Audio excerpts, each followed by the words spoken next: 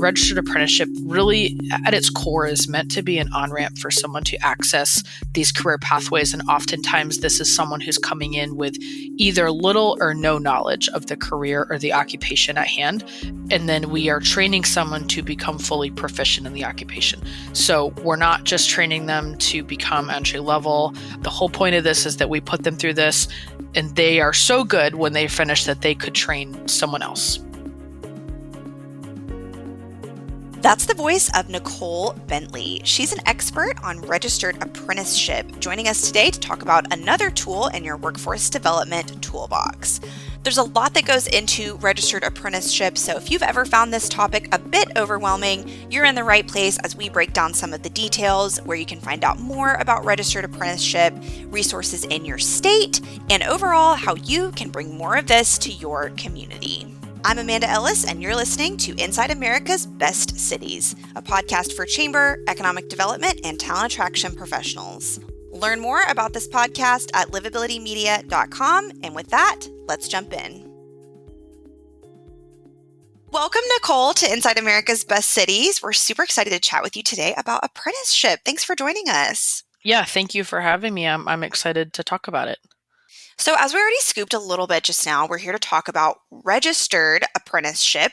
What exactly does that mean? Sure. So registered apprenticeship is a hands-on training model where the individual receiving the training is paid a progressive wage and is under the supervision of a mentor. The term registered, which you just highlighted, means that it's registered with the U.S. Department of Labor and has to meet certain requirements that ultimately, in my opinion, lead to high-quality programs for both the apprentice and the employer using the program.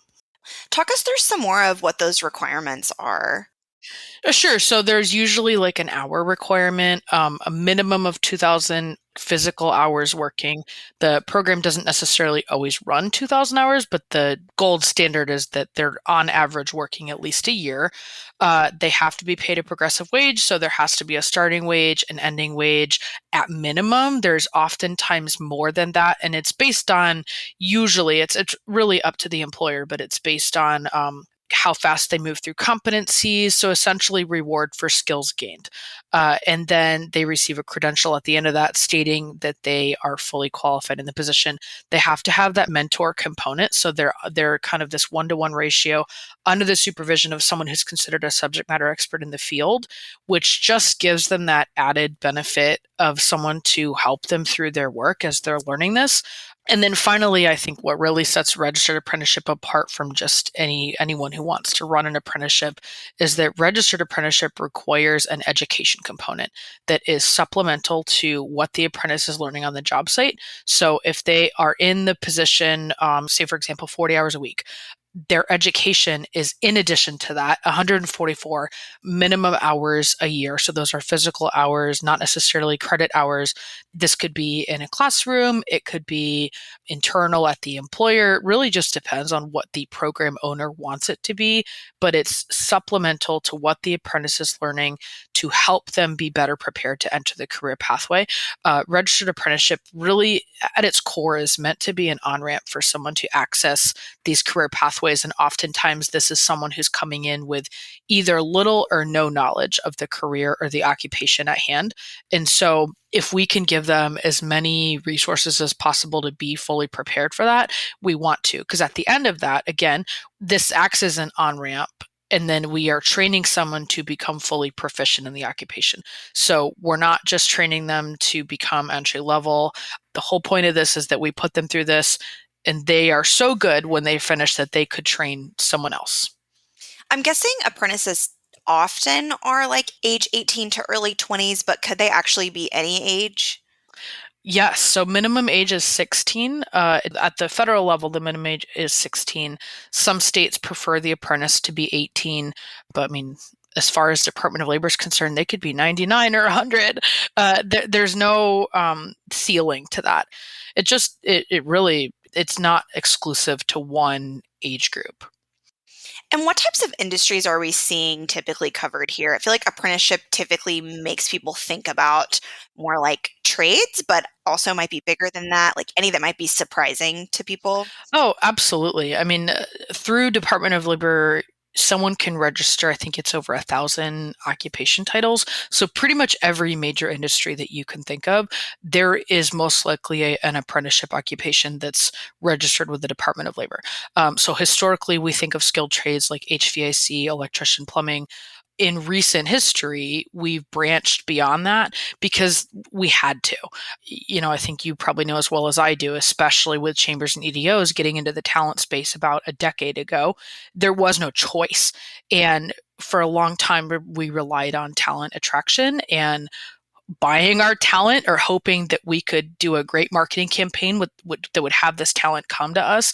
And what we learned is that they don't exist in the numbers we need them to for a variety of reasons. And so I think a lot of industries started turning to registered apprenticeship as almost like a new approach, like, hey, we've tried all these other things, this isn't working, maybe we should try apprenticeship. Internships aren't necessarily working, we don't have them long enough, I hear that often. Maybe an apprenticeship would work because we're getting more time to invest in them. So I Much more think structure too around what to do and how to structure absolutely, it, and I, whereas I can get internship. into that.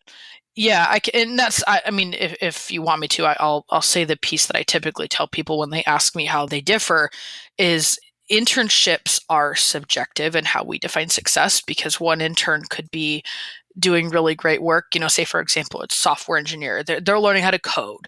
Um, they're doing all this really great hands-on training with their mentor, and then another intern might be filing paperwork and getting coffee and not really doing anything of significance.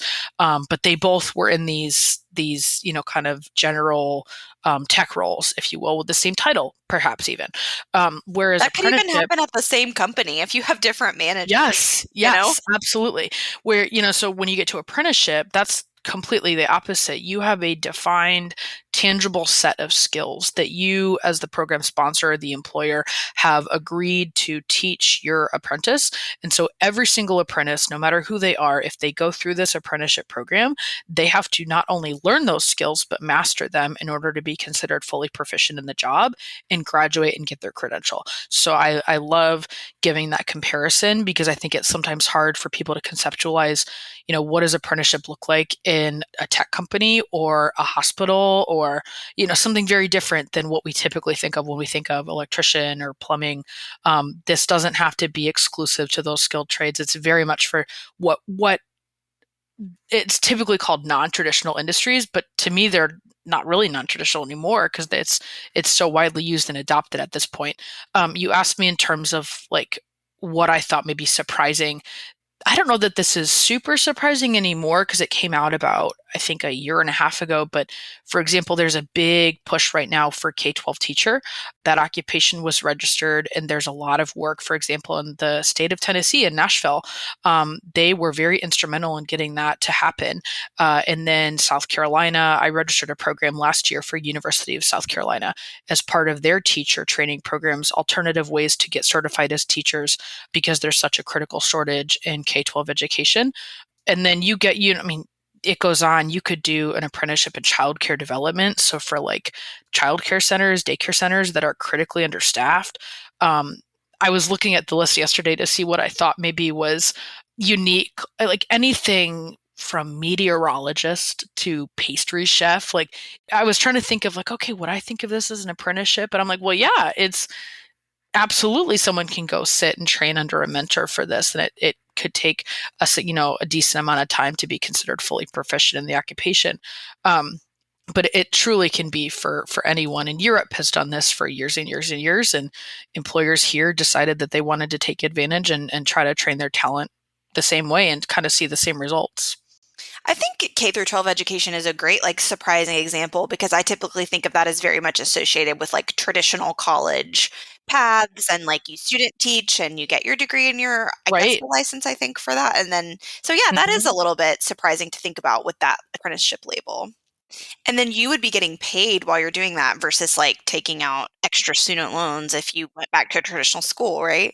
Correct. You have to be paid in an apprenticeship at all times. So, however long the duration of the apprenticeship term is, you are paid that entire time. You cannot be best practice is you're not 1099, you're a W-2 employee, and you're paid throughout. And you get the progressive wage. So you're not only getting paid, you're getting paid, and you're going to receive at least one increase throughout that.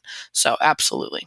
Which I love how much more accessible that makes this to more people, right? Because most Of course. adults, you know, can't just be like, oh, well, I'll just, even if they would like to, just train into this new thing and not worry about getting a salary for however many years. Most people can't Yeah, do that.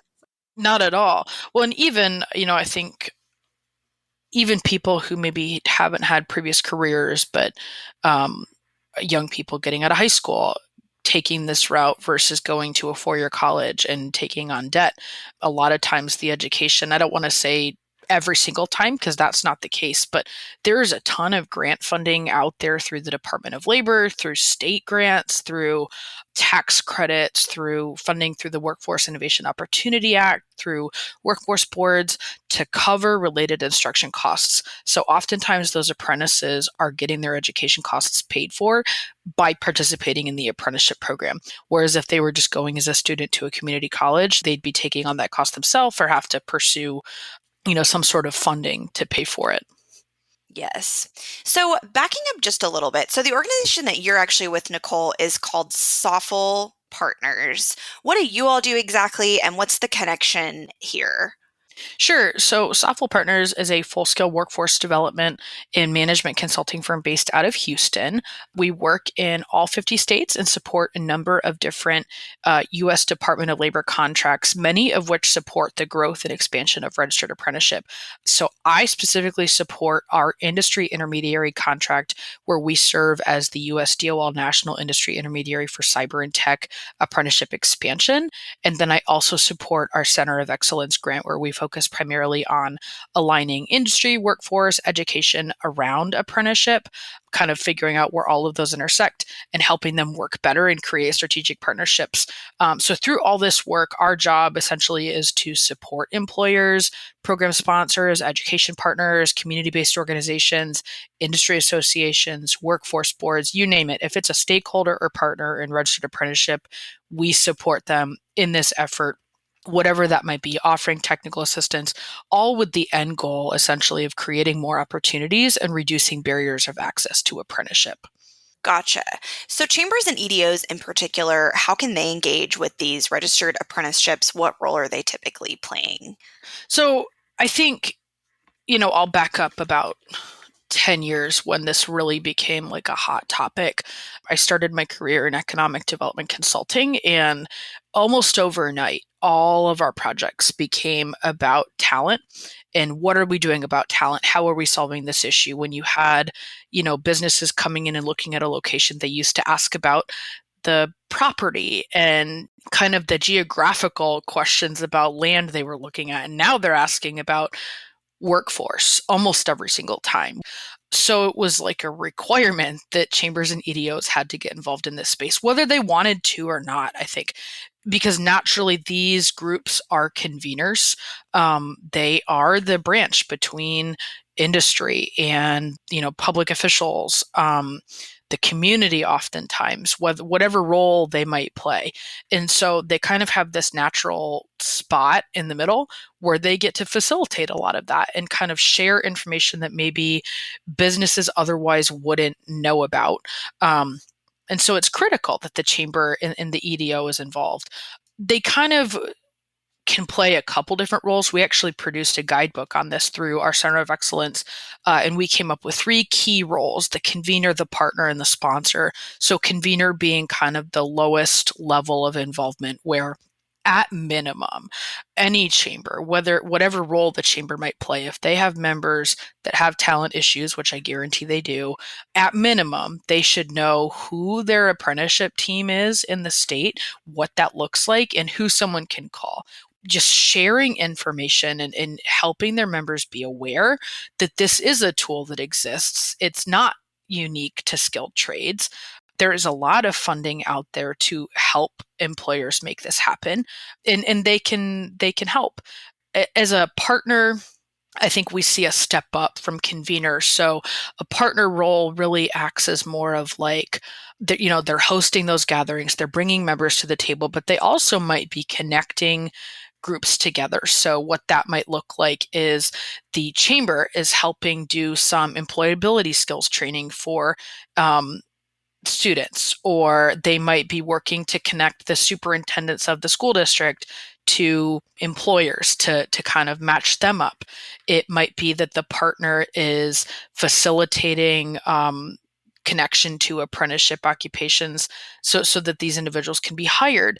And so really whatever they might be able to do to help, whatever resources they might have available, if they're willing to take that next step and get really involved, connecting employers to workforce boards, helping them figure out how they can leverage WIOA funding, working with their state agency or whoever works on apprenticeship in their state to help them realize kind of the financial opportunities that are available in the state to navigate that. Oftentimes it's people don't know it exists, or there's a tax credit. Well, what is it?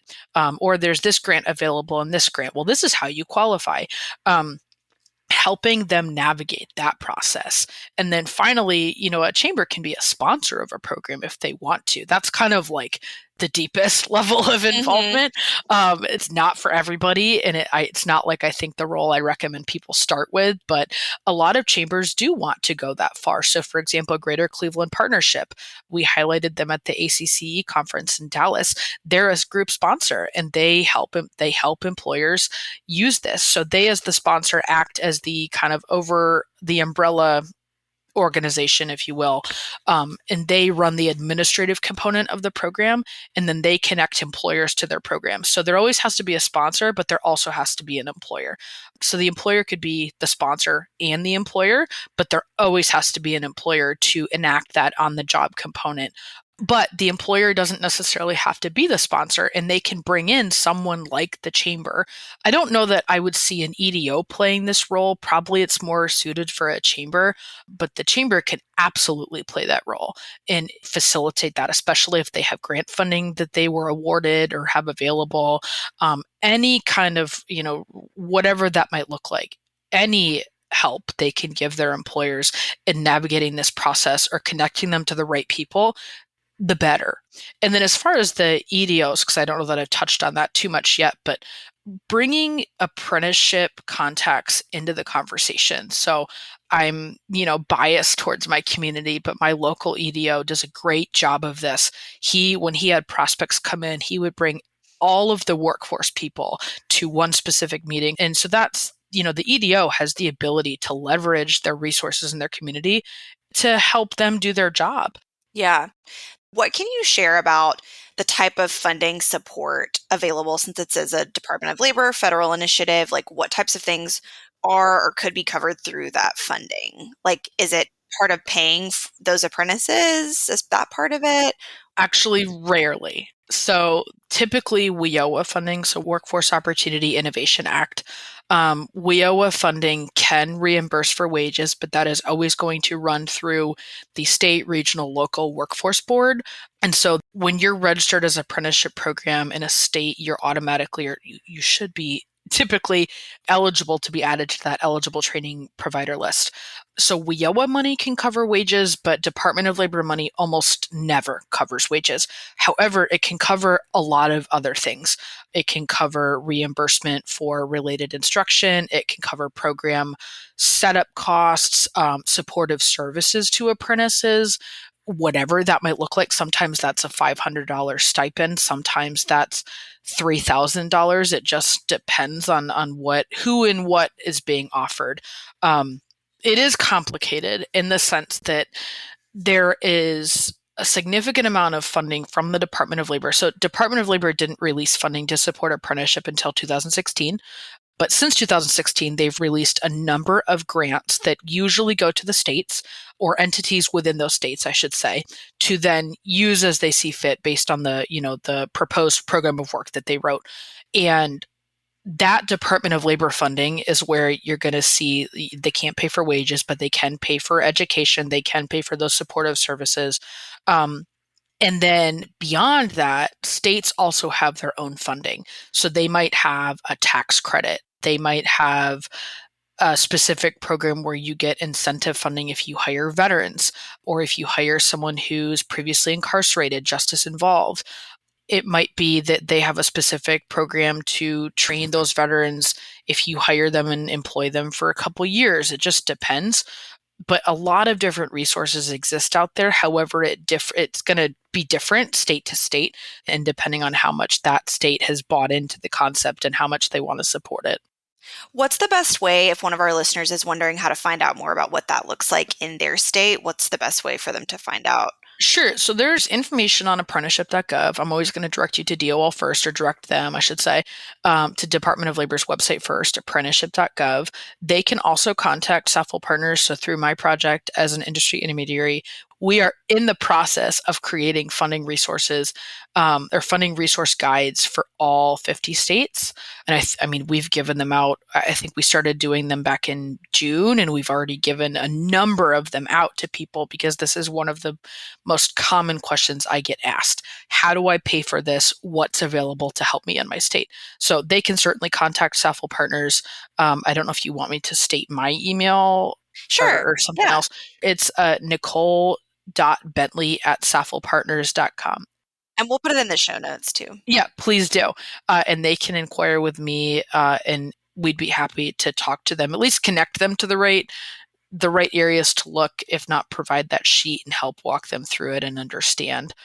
Well, and it makes sense they could use some guidance because I see all the positives that you're talking about here, but I also see that it could be confusing trying to figure out Oh, exactly how to tap into absolutely. it, how it works, like what the best route is. So that's nice to have you all kind of doing that coaching component and helping people tap into what they need to. One of the biggest hurdles I see is people just don't know. When they're able to get a good explanation, it becomes very straightforward. It's not a hard concept to grasp if you get the right explanation and kind of can see also like a tangible example of what that looks like. Okay, great, you're telling me that I can do this. I'm a hospital, or I'm a tech company. I keep using those two industries because I've done a lot of work with them. Or I'm a hospitality. I run a resort. I have this restaurant. Tell me what that looks like for me. I'm a small business. How can I do this? Because I don't think I can. And so just kind of helping them conceptualize what that actually means for them and what it looks like in real life for them to execute is kind of half the battle, in my opinion. Yeah, it sounds like a lot of differences by industry, by employer size, by state, by location. So just understanding exactly how that plugs into whatever your unique vantage point. Yes, yes, just the nuances of each of those, and what works for a manufacturing company might not work for an accounting firm or a restaurant. It just depends, and it might be great to have, for example, youth apprentices, get 16 to 18-year olds into one type of occupation, and then maybe it's too difficult in a different occupation, just depending on that industry's requirements and regulations, or time length. For example, there are some occupations for youth apprentices that don't work because they have to go to school full time and they work part time. And some occupations are just too in depth and take too long, and that doesn't work with a school, a school year, for example. But that's what we are here to do, is help them figure that out. All right. Well, listeners, Nicole is your girl for figuring that out. So we always wrap up, Nicole, with a fun question.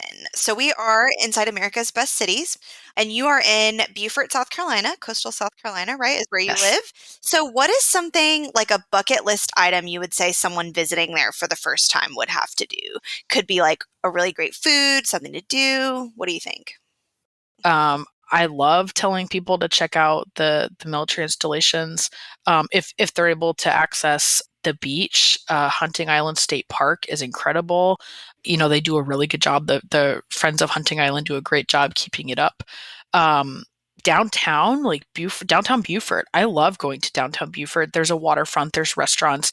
It's kid friendly. They have a park. I love telling people to go to downtown Beaufort and just partake in our social scene, and it's beautiful. I love walking around there. Well, thank you so much, Nicole, for sharing something you're really passionate about, which really shines through.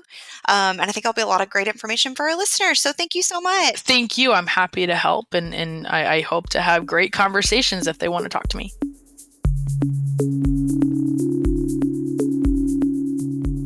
Thanks for listening to the Livability Podcast, where we take you inside America's best cities. At Livability, we highlight the unsung awesomeness of small and mid-sized cities across the country. We also partner with communities to reach their target companies and potential residents through digital content and print magazine programs. If you enjoyed this episode, please follow, rate, and review this show wherever you listen to podcasts. You can also learn more about us at livabilitymedia.com. Have an idea for an upcoming episode? Email me at aellis@livability.com. Until next time, from Livability, I'm Amanda Ellis, sharing the stories of America's most promising places.